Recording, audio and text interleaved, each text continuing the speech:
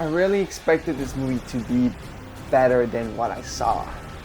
Let's talk about Rebel Moon. When I first heard that Zack Snyder was gonna try to do a rated R Star Wars movie, I was like, you know what? Star Wars needed something like this. Obviously, he got rejected by Disney. Disney's never gonna make a rated R Star Wars movie.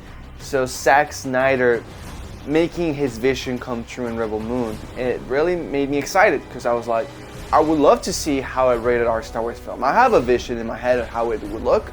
I want to see how Zack Snyder would do it. A lot of people don't like Zack Snyder, and I've always had a soft spot for him. You know, I love the movie 300, the Justice League cut that he did.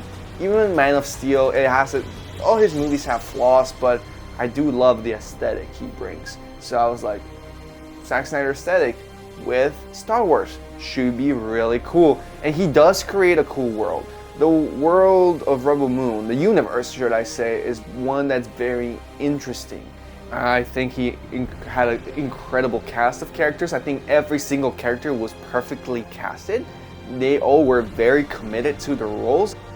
Unfortunately, this movie didn't feel original. It just didn't feel original. You know, Star Wars is based off Flash Gordon's, the Seven Samurai, Westerns. You know, Star Wars has so many inspirations, but at the end of the day, George Lucas found a way to make it original because he grabbed a little bit of everything, but then he had his own vision. He meshed it together, and that's how we get the legendary Star Wars movie. Zack Snyder, you can tell he grabbed some inspiration from the Seven Samurai and Star Wars and Westerns, and instead of feeling original, it kind of just felt generic, which is kind of disappointing because Zack Snyder is not one to really always do generic films. I think the way the narrative was told just felt like I have seen this movie a million times. Like it literally felt like I was watching the Magnificent Seven in space. I think there were 7 heroes at one point, and then they were supposed to save their village. That literally is the Magnificent Seven. And they didn't really do much to differentiate themselves.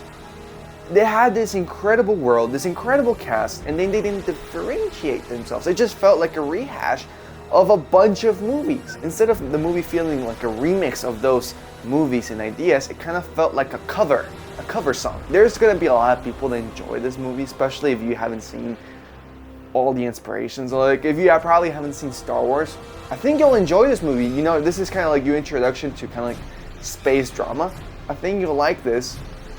Maybe, I don't know, because I've seen all the Star Wars movies. I'm like the biggest Star Wars fan. Like Star Wars is my favorite movie of all time, and you know, seeing a movie that's inspired by Star Wars, it really intrigued me. Like Dune, for example.